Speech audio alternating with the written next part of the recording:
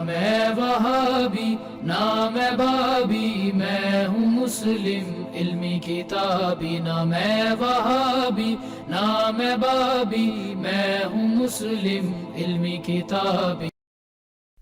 یہ question number 42 ہے زید امین بھائی کا، انڈین آکوپائڈ کشمیر سے۔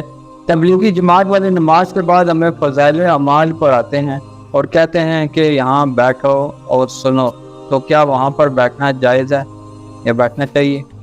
چلے ان کی دل جوئی کے لیے بیٹھ جایا کریں، اور جو آپ غلط چیز آبزرو کرتے ہیں انہیں بعد میں بتا دیں کہ بھائی یہ چیز قرآن و سنت کے خلاف ہے۔ انشاءاللہ کچھ دنوں بعد ویسے ہی آپ کو بٹھانا چھوڑ دیں گے اگر آپ ان سے جان چھڑانا چاہتے ہیں، اور یا پھر اپنی اصلاح کر لیں گے۔ جس طرح کے اس وقت انڈیا میں تبلیغی جماعت ہے جو بنگلہ والی مسجد ہے نظام الدین میں، جہاں سے تبلیغی جماعت کا آغاز ہوا تھا، تو وہاں تو آپ کو پتہ ہے نا فضائل اعمال بین کر دیے انہوں نے۔ آپ کو پتہ ہے بلال بھائی اس بات کا؟ آپ بھی تبلیغی جماعت میں لے ہیں، آپ کا بھی چلا لگا ہوا ہے۔ نہیں علی بھائی نہیں پتا۔ تبلیغی جماعت کا آغاز ہوا ہے نا نظام الدین انڈیا، تو سعد قادری صاحب نے فضائل اعمال بین کر دی ہوئی ہے انہی خرافات اور صوفیانہ واقعات کی وجہ سے۔ اسی وجہ سے جو تبلیغی جماعت ہے 2015 میں اس کے 2 ٹکڑے ہو چکے ہیں، رائے ونڈ مرکز اور جو بنگلہ دیش کا مرکز ہے یہ ایک ٹکڑا ہے تبلیغی جماعت کا، اور اس طریقے سے جو نظام الدین مرکز جہاں سے تبلیغی جماعت شروع ہوئی تھی انڈیا سے، بنگلہ والی مسجد مولانا الیاس قادری صاحب نے جہاں سے شروع کی تھی، اور اس کے بعد ان کی لیگیسی کو یوسف قادری صاحب لے کے چلے۔ ان کی اپنی نسل میں جو سعد قادری صاحب ہے انہوں نے یہ ساری خرافات بند کروا دی ہے۔ وہ وہاں پہ جو منتخب احادیث کا یعنی درس کرواتے ہیں، اسی وجہ سے جو دیوبند مدرسہ ہے انڈیا کا وہ نالا ہے، انہوں نے سعد قادری صاحب کی گمراہی کے فتوے نکال دیے۔ اندازہ کرے سعد قادری صاحب یعنی خاندان عالیہ کاندلویہ میں سے ہونے کے باوجود اگر قرآن و سنت کی بات کریں تو دیوبندی انہیں نکال دیتے ہیں اپنے مسلک سے بھی، فرقے سے بھی۔ تو ہم اور آپ تو شاہی کوئی نہیں ہے، ہم سے کہاں انہوں نے قرآن سنت کی بات سننی ہے؟ تو جن لوگوں کو یہ کبھی وہم بھی تھا نا کہ یہ قرآن و سنت کے ماننے والے ہیں، تو انہیں یہ یقین ہو جانا چاہیے کہ سعد قادری صاحب کی دیوبندیت میں اگر دیوبند کا مدرسہ شک کر رہا ہے صرف اس وجہ سے کہ انہوں نے کہا کہ یہ خرافات والی کتاب بند کروں گا میں، نہیں یہ پڑھی جائے گی، تو یہ لوگ نفرت کرنا شروع ہو گئے ان سے، اور انہیں کہہ رہے ہیں بزرگوں کا راستہ چھوڑ دیا، حالانکہ وہ بزرگوں کی اولاد سے۔ لیکن الحمدللہ انہوں نے کوئی اپنی حمیت اس حوالے سے نہیں رکھی سعد قادری صاحب نے کہ میری چونکہ اب نسبت اس خاندان کے ساتھ ہے۔ بھائی غلطی تو کسی کو بھی لگ سکتی ہے۔ اب یزید کا بیٹا جو تھا معاویہ ابن یزید، یزید کے بیٹے کا نام معاویہ تھا، والد کا بھی نام معاویہ اور بیٹے کا بھی، وہ ولی اللہ تھا۔ اس نے کہا میرے باپ نے جو اپنی دنیا اور آخرت برباد کی ہے تو میں اس مسلط پہ نہیں رہنا چاہتا۔ بڑی چھوٹی عمر میں وہ فوت ہو گیا تھا۔ اسے شیعہ بھی رحمہ اللہ کہتے ہیں، اب اہل سنت تو کہتے ہی ہیں۔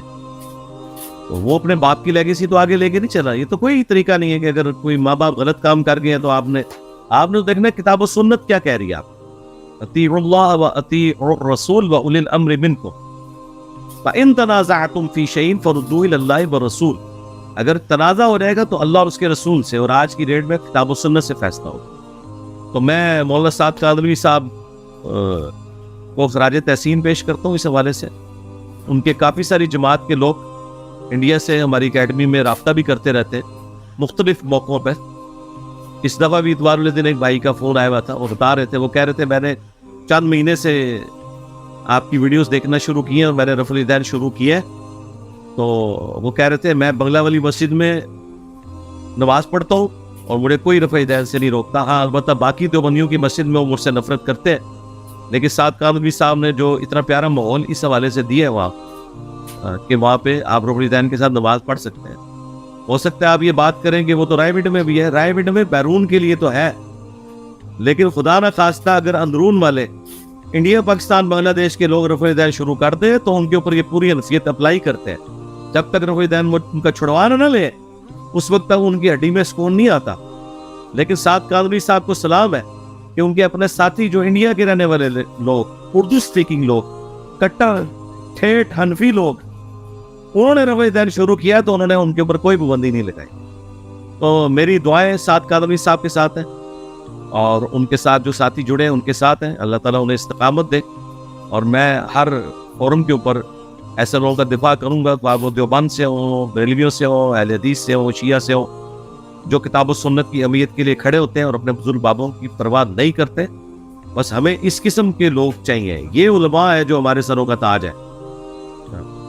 ان کو ہم اپنا بابا بھی ماننے کے لیے تیار ہیں، جو ہمارے بابا جان صلی اللہ علیہ وآلہ وسلم کے ساتھ جو ہے وہ اپنی نسبت کو مضبوط کر رہے ہیں، اور جنہوں نے رسول اللہ کے ساتھ غداری کی ہوئی ہے ان بابوں سے وہ اعلان برات کر رہے ہیں. خواہ وہ غداری کسی نے بدنیتی پہ کی یا لا علمی پہ کی، اور الٹیمیٹلی تو غداری ہو گئی نا. وہ اللہ کو خود جواب دے ہوں گی. ان لوگوں کی آخرت کا ہم فیصلہ نہیں کرتے یہاں بیٹھ کے، لیکن جب ہمیں پتہ چل گیا تو ہم نے تو اپنی نسبت اس شخص کے ساتھ مضبوط کرنی ہے جس کی قبر مدینے میں ہے. صلی اللہ علیہ وآلہ وسلم ما ضل صاحبکم وما غوا. تمہارے نبی نہ کبھی بہکے ہیں نہ کبھی بے راہ چلے. تو آپ دیکھیں ان اختلافات کی وجہ سے وہ بنگلہ والی مسجد کو ان کی مخالفین جو تبلیغی جماعت والی پارٹی ہے ان کے ماننے والوں نے مسجد درار قرار دے دیا. منافقین کی مسجد کے ساتھ چھوڑ دیا مسجد درار. پھر جو بنگلہ دیش میں اجتماع ہوا وہاں باقاعدہ جو ہے وہ ایک دوسرے کے اوپر لاٹھی چارج کیا اور یہ بڑے معاملات بگڑے.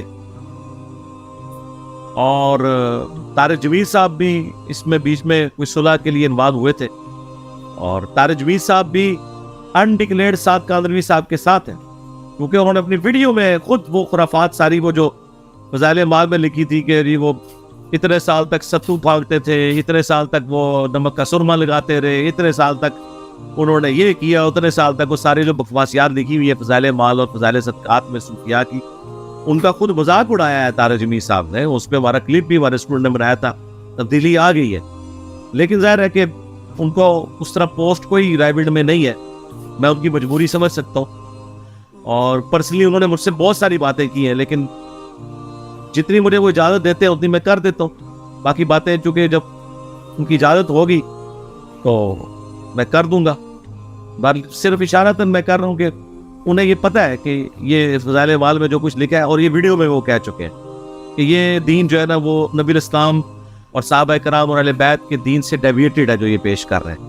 احادیث اس کو سپورٹ نہیں کرتی. تو انڈائریکٹلی انہوں نے مان لیا کہ ان کتابوں سے اب جان چھڑانی چاہیے، ہمیں کتاب و سنت کا درس دینا چاہیے. میں مولانا سعد کاندھلوی صاحب سے بھی ریکویسٹ کروں گا کہ سر، قرآن میں واضح آیت ہے سورۃ الانعام کی آیت نمبر 19، وَأُوحِيَ إِلَيَّ هَذَا الْقُرْآنُ لِأُنذِرَكُمْ بِهِ وَمَنْ بَلَغَ. اے نبی تم فرما دو قرآن مجھے اللہ نے اس لیے وحی کیا ہے تاکہ میں اس کے ذریعے تمہیں بھی تبلیغ کروں، آخرت کا ڈر سناؤں، اور جس تک یہ کتاب پہنچ جائے وہ بھی اسی کتاب کے ذریعے ڈر سنائے. تو رسول اللہ نے ہماری ٹیکسٹ بک جو ہے اللہ تعالیٰ کے کہنے پہ جو مقرر کی ہے وہ کتاب اللہ ہے، سنت اسی کی تفصیل ہے. تو میری خواہش ہے کہ بنگلہ والی مسجد میں درس قرآن ہونا چاہیے، اور اس کے ذیل میں جو صحیح الاسناد احادیث ہے وہ بیان ہونی چاہیے.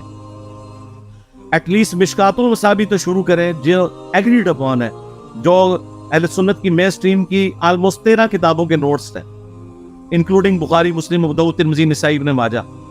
یہ شروع کریں اور درس جو ہے وہ دیں قرآن پاک سے. اور اس میں کوئی اختلاف نہیں ہے.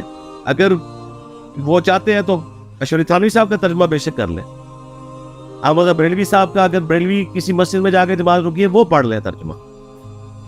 اکا دکا جگہ جو ڈنڈیاں ہے وہ مطلب پکڑی جاتی ہیں، باقی اوورال ترجمہ سب نے ٹھیک کیا. اور اس طریقے سے تقی عثمانی صاحب نے بڑا اچھا ترجمہ کیا ہے. ڈاکٹر طارق قادری صاحب کا ترجمہ مجھے بہت پسند ہے، اور پیر کرم شاہ صاحب کا ترجمہ اور مولانا مودودی کا ترجمہ تو آپ سمجھیں کہ شاہکار ہے. یعنی عربی زبان کا سوز و گداز اگر اردو میں کسی نے ٹرانسفر کیا ہے نا تو وہ مودودی صاحب کا ترجمہ. آپ کو لگتا ہے جیسے اردو میں قرآن نازل ہوا ہے. جو انہوں نے الفاظ کا چناؤ کیا ہے بہت غیر معمولی اللہ نے ان کو ملکہ دیا. تو میں سعد کاندھلوی صاحب سے بھی ریکویسٹ کروں گا جب آپ نے ان کتابوں سے جان چھڑائی ہے تو قرآن کا درس شروع کریں، اور سلیس بھلے آپ خود ترجمہ لکھ کے ان کے حوالے کریں یا ان کے بڑوں کا ترجمہ، اور اس کے ذیل میں جو صحیح الاسناد احادیث ہے وہ بیان کریں. سب کچھ قرآن و سنت کے اندر موجود ہے اور اسی کو آپ بیان کریں. ہماری دعائیں، ہماری سپورٹ مولانا سعد کاندھلوی صاحب کے ساتھ ہے. میری ان سے کوئی ملاقات نہیں، کوئی بات چیت نہیں، لیکن مجھے خوشی ہوئی ہے کہ وہ ایک امید کی کرن ہے. تبلیغی جماعت جسے میں یعنی اس پلانٹ ارتھ پہ مسلمانوں کی جس جماعت سے سب سے زیادہ محبت کرتا ہوں وہ تبلیغی جماعت ہے. اور باقی ان کے خلاف جتنا لوگ جھوٹ بولتے ہیں، دیوبندی اسٹرانج قسم کے علماء جو ان کا مذاق اڑاتے ہیں کہ یہ ان پڑھ لوگ ہیں اور پھر رہے ہیں. ظالموں تم لوگوں نے دین کا کام نہیں کیا, جو اپنی جیب سے خرچ کر کریں ان کے اوپر تم برسے ہوئے ہو. اور جو بریلوی کہتے ہیں یہ یہود و نصارہ کے ایجنٹ ہے, شرم نہیں آتی تم لوگوں کو, جھوٹ بولتے ہو ان کے اوپر. وہ بیچارے اپنی جیب سے لگا کے قربانی کر کے نکلتے ہیں. اللہ نے ان کا اخلاص سن لیا ہے, بھلے آلموسٹ 90 سال کے بعد ہی صحیح, لیکن اللہ نے وہ اخلاص قبول کیا. اور آج ہمیں امید کی کرن مولانا سعد کاندھلوی صاحب کی شکل میں نظر آ رہی ہے. انشاءاللہ سعد کاندھلوی صاحب اس جماعت کو جس قدر پہ لے کے چل رہے ہیں اس میں مزید امپرومنٹ کریں تو تبلیغی جماعت ایک سونا ہے مسلمانوں کے پاس. روحانی طور پر کام تو بہت اچھا کر رہی تھی, صرف سلیبس سے ہمیں اختلاف تھا. سلوگن بہت اچھا ہے کہ اللہ تعالیٰ کے احکامات کو نبی اسلام کے طریقوں میں پورا کرنا ہے. تو بھائی اللہ تعالیٰ کے احکامات قرآن میں لکھے ہوئے ہیں, نبی اسلام کے طریقے بخاری مسلم میں لکھے ہوئے ہیں, یا ساری مین اسٹریم کی کتابوں کے نوٹس مشکات المصابیح میں جو ایگریڈ اپان ہے تمام اہل سنت کے ہاں, چاہے وہ حنفی ہو, شافعی ہو, مالکی ہو, حنبلی ہو, یا بریلوی دیوبندی اہل حدیث ہو. تو اب انہیں چاہیے یہ جو سلوگن ہے اسی سلوگن کے اوپر عمل کریں. تو میں ہر جگہ ان کو سپورٹ کرنے کے لیے تیار ہوں, اور میں کرتا بھی ہوں اللہ کے فضل سے. اہل حدیثوں نے جب تبلیغی جماعت پہ حملہ کیا اور میں نے ایک طریقے سے تبلیغی جماعت کا چلہ لگانا, میری ویڈیو ریکارڈ ہے, میں نے مکمل طور پر دفاع کیا ہے, باوجود اس کے کہ مجھے سلیبس سے اختلاف تھا. لیکن اب تو وہ اختلاف بھی الحمدللہ مولانا سعد کاندھلوی صاحب حافظہ اللہ تعالیٰ کی برکت سے دور ہو گیا. اللہ تعالیٰ انہیں جزائے خیر دے, میری دعائیں ان کے ساتھ ہیں. اب ان سے بھی ریکویسٹ کریں گے کہ وہی ہمت کریں, مزید قرآن و سنت کے قریب آئیں, قرآن کی درس شروع کریں. قرآن ہی نبی علیہ السلام کا وصی ہے, قرآن ہی نبی علیہ السلام کا خلیفہ ہے, اور قرآن کے ساتھ ہی جڑے رہنے کی نبی علیہ السلام نے تلقین کی, حجۃ الوداع کے موقع پر, غدیر خون کے موقع کے اوپر, ہر موقع پر. تو انشاءاللہ تعالیٰ امید ہے سعد کاندھلوی صاحب تک جب یہ ویڈیو پہنچے گی اور میری وہ گزارشات کے اوپر عمل کریں گے اور اپنی جماعت کو اپنی زندگی میں اس ڈگر کے اوپر چلا دیں کہ نبی علیہ السلام جب بھی کوئی جمعے کی تقریر کرتے, صحیح مسلم میں 2005 نمبر حدیث ہے, کہتے اما بعد فإن خیر الحدیث کتاب اللہ وخیر الہدی ہدی محمد صلی اللہ علیہ وآلہ وسلم. آگاہ ہو جاؤ, سب سے بہترین کلام اللہ کی کتاب ہے اور بہترین راستہ محمد صلی اللہ علیہ وآلہ وسلم کا ہے, ہدایت یافتہ راستہ. اسی طریقے سے بخاری مسلم دونوں میں حدیث ہے, عبداللہ ابن ابی اوفا سے کسی نے پوچھا کہ کیا نبی علیہ السلام نے کسی کو اپنا وصی بنایا تھا؟ ان کا کسی کو وصی نہیں بنایا, البتہ آپ نے ہمیں قرآن کے مطابق چلتے رہنے کی وصیت کی. اسی طریقے سے غدیر خون کے موقع پر 6225 سے 6228 نمبر تک حدیث ہے مسلم شریف کے اندر, نبی علیہ السلام نے کہا اپنے بعد 2 بھاری چیزیں چھوڑ کے جا رہا ہوں. پہلی چیز اللہ کی کتاب ہے, اس میں ہدایت ہے, اس میں نور ہے, تم اللہ کی کتاب کو پکڑو, اپنا تعلق اس کے ساتھ مضبوط کرو. اللہ کی کتاب اللہ کی رسی ہے, جو اسے پکڑے گا ہدایت پہ ہوگا, جو چھوڑ دے گا گمراہ ہو جائے گا. اور دوسری بھاری چیز میرے اہل بیت ہے, میں اپنے اہل بیت کے معاملے میں تمہیں اللہ کا خوف دلاتا ہوں. 3 دفعہ فرمایا, یعنی میرے بعد ان کے ساتھ اس نے سلوک کرنا. لیکن امت بالکل الٹ چلی, نہ قرآن کو پکڑا نہ اہل بیت کو زندہ چھوڑا. پھر جو حجۃ الوداع کی حدیث ہے المستدرک الحاکم میں نبی الاسلام نے فرمایا اپنے بعد 2 چیزیں چھوڑ کے جاؤ, انہیں مضبوطی سے پکڑ لو گے, کبھی گمراہ نہیں ہوگے, کتاب اللہ اور اس کے نبی کی سنت صلی اللہ علیہ وآلہ وسلم. حتیٰ کہ مسلم شریف میں یہاں تک حدیث ہے کہ عیسیٰ ابن مریم بھی جب دنیا میں اتریں گے تو راوی حدیث کہتے ہیں کہ وہ تمہیں اللہ کی کتاب اور تمہارے نبی کی سنت کے مطابق چلائیں گے, فقہ حنفی کے مطابق نہیں چلائیں گے. ہاں, تو آپ اندازہ کریں, یہ اتنے واضح دلائل ہیں اور ان کو پتہ ہے, اس کے باوجود ان ساری چیزوں کے ہوتے ہوئے آپ کتاب اللہ کو چھوڑ دیں, یہ بہت بڑا ظلم ہے. صحیح بخاری میں حدیث ہے, اسی میں میں کنکلوڈ کرتا ہوں, یہ میرا فیوریٹ ٹاپک ہے, میں 1 گھنٹہ اور فی الودی بول سکتا ہوں. کتاب الاعتصام بالکتاب والسنہ چیپٹر میں کہ جب حضرت ابوبکر صدیق کی بیعت ہوئی تو اگلے دن پہلا خطبہ حضرت عمر نے دیا ممبر پہ چڑھ کے حضرت ابوبکر کے استقبال کے طور پر. انہوں نے کہا کہ نبی علیہ السلام کے لیے اللہ نے وہ پسند کیا جو اللہ نے ان کے لیے رکھا تھا, یعنی اللہ کی جنتوں میں پہنچ کے, اور تمہارے لیے اللہ نے یہ پسند کیا کہ نبی علیہ السلام کے بعد انہوں نے اپنے بعد ایک کتاب چھوڑی ہے جس کے ذریعے اللہ نے اپنے نبی کو ہدایت دی, اور اب نبی کے بعد بھی اس کتاب کے ذریعے تم لوگوں کو ہدایت دو گے, اور جو لوگ ہدایت لیں گے وہ اس کتاب کے ذریعے لیں گے. ان نبی علیہ السلام کو ہدایت دینے سے مراد ہے اعلیٰ ترین درجہ. وَوَجَدَكَ ضَالًّا فَهَدَىٰ, اے نبی آپ کو اپنی محبت میں خود رفتہ پایا, آپ کو ہدایت کے اعلیٰ ترین درجے پہ پہنچا دیا. ڈیکٹم لیول کی ہدایت تو ہر نبی کو ہوتی ہے, پیدائش سے لے کے وفات تک. اعلیٰ ترین درجہ قرآن کے ذریعے ہدایت, اللہ تعالیٰ نے اپنے نبی علیہ السلام کو اعلیٰ درجے کی ہدایت دی.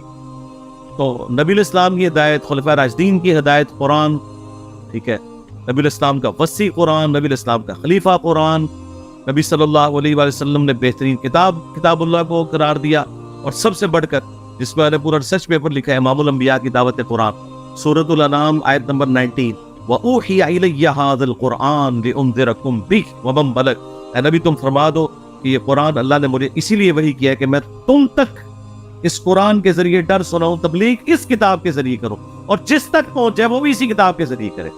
اس کے بعد فضائل اعمال، فضائل سنت، فضائل صدقات کی کوئی حیثیت رہ جاتی ہے؟ اور پھر وہ فضائل اعمال جس کے مقدمے میں شیخ زکریا کاندھلوی نے لکھا ہے کہ میرے مرشد نے میری ڈیوٹی لگائی تھی تو ڈاکٹروں نے دماغی کام سے چند دنوں کے لیے مجھے روک دیا، تو میں نے کہا کہ چلو میں اپنے پیر صاحب کی یہ ذمہ داری پوری کروں اور میں ایک تبلیغی نصاب لکھ دوں کہ اگر یہ پسند خاطر نہ بھی ہوئے تب بھی کم از کم میرے جو یہ خالی ایام ہیں وہ ایک محبوب مشغلے میں صرف ہو جائیں گے۔ اور اس میں الفاظ ہیں کہ ڈاکٹروں نے دماغی کام سے روکا ہے تو میں نے یہ کتاب لکھی ہے کہ آپ نے کوئی دماغی کام نہیں کرنا۔ تو یہ جس بندے نے یعنی شیخ زکریا کاندھلوی نے، اللہ اسے معاف کرے، یہ اس نے اس حال میں کتاب لکھی ہے کہ جب اس کو ذہنی کام سے روک دیا تھا ڈاکٹروں نے، ذہنی کام کرنے سے، اور وہ یہ نصاب لکھ کے دے گا ان کو، اور یہ آج تک لکھا ہوا ہے اس کے شروع میں فضائل اعمال کے سٹارٹ میں مقدمے میں۔ تو بھائی یہ کتاب تو اللہ کی کتاب، اس کے نبی کی کتاب یعنی بخاری مسلم کا، قرآن کا مقابلہ نہیں کر سکتی۔